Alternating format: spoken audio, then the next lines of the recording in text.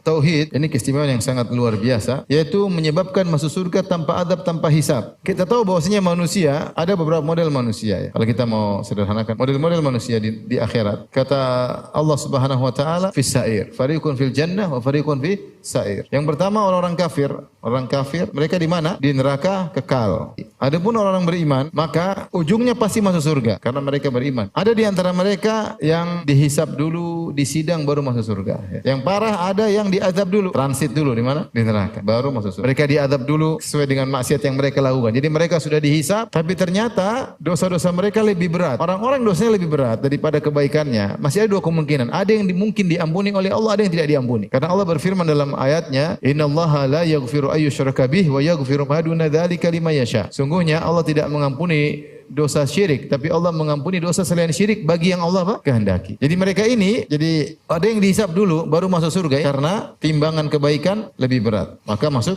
surga.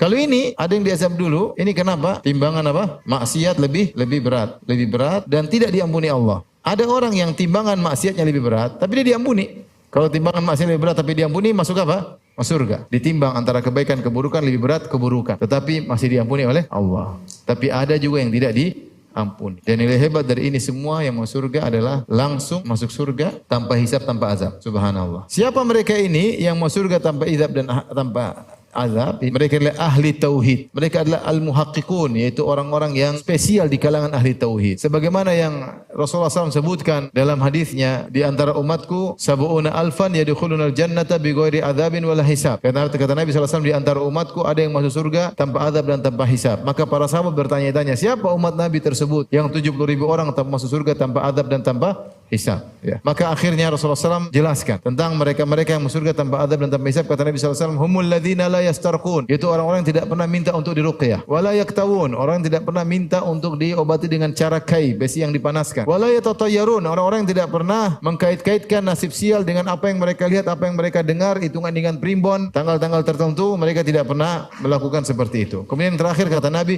wa ala rabbihim yatawakkalun, mereka benar-benar bertawakal kepada Allah. Mereka itulah yang mau surga tanpa azab dan tanpa hisab. Kenapa? Karena tauhid mereka di atas rata-rata. Spesifik. Kenapa? Pertama Rasulullah SAW sebutkan sifat mereka, humul ladzina la yastarqun. Mereka tidak pernah minta untuk diruqyah. Padahal minta ruqyah itu boleh hukumnya. Seorang sakit kemudian minta kepada saudaranya, temannya untuk meruqyah dia, boleh atau tidak? Boleh. Tidak haram. Meskipun boleh mereka tinggalkan karena kuatnya tawakal mereka kepada Allah. Kalau mau mereka ruqyah sendiri. Atau ada orang yang meruqyah tanpa dia minta, tapi dia minta untuk diruqyah, dia enggak mau. Yang kedua, wala yaktawun. Mereka tidak pernah melakukan pengobatan dengan kai. Kai itu besi yang dipanaskan, setelah dipanaskan sampai membara, kemudian ditempelkan pada tempat yang sakit. Dan ini dulu adalah pengobatan yang manjur di zaman Rasulullah SAW, dikenal oleh orang-orang Arab. Nah mereka ini, meskipun ini adalah pengobatan yang dibolehkan, meskipun makruh tapi masih dalam kategori boleh, mereka tidak mau. Karena mereka bertawakal kepada Allah. Mereka takut hati mereka bergeser, takut bahwasanya seakan-akan yang sebab inti penyembuhan adalah kai, khawatir lupa kepada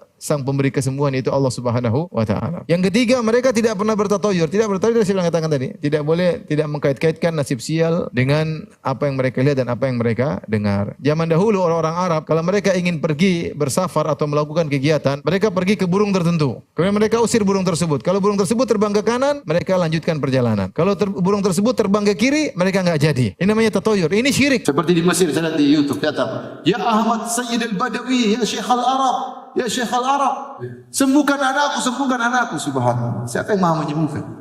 Nabi pernah berkata, bahwa yashfi. Kalau saya sakit, yang menyembuhkan siapa? Allah. Dia tidak bisa menyembuhkan dirinya. Terus kita minta sembuhan kepada wali. Nabi Muhammad bisa menyembuhkan dirinya? Enggak bisa, sakit meninggal dunia. Sallallahu alaihi wasallam. Kemudian kita minta kesembuhan kepada Nabi Muhammad, syirik. Syekh al-Badawi, Ahmad al-Badawi yang diwali-walikan oleh mereka. Bisa menyembuhkan dirinya? Tidak bisa. Kalau dia bisa menyembuhkan diri, dia bakalan mati. Terus kita minta-minta kesembuhan dirinya. Syirik. Orang ditipu oleh syaitan sehingga minta-minta kepada wali-wali. Dan ini adalah kesyirikan yang nyata yang membuat orang keluar dari Islam. Maka tidak boleh kita beribadah kecuali kepada siapa? Allah Subhanahu wa taala. Di antara beribadah adalah menyembelih. Siapa yang menyembelih kepada selain Allah, syirik. Menyembelih kepada jin, menyembelih kepada ruh. Dan ini banyak di kita. Mau bangun rumah, nyembelih supaya tidak diganggu. Jin hidup cuma sekali.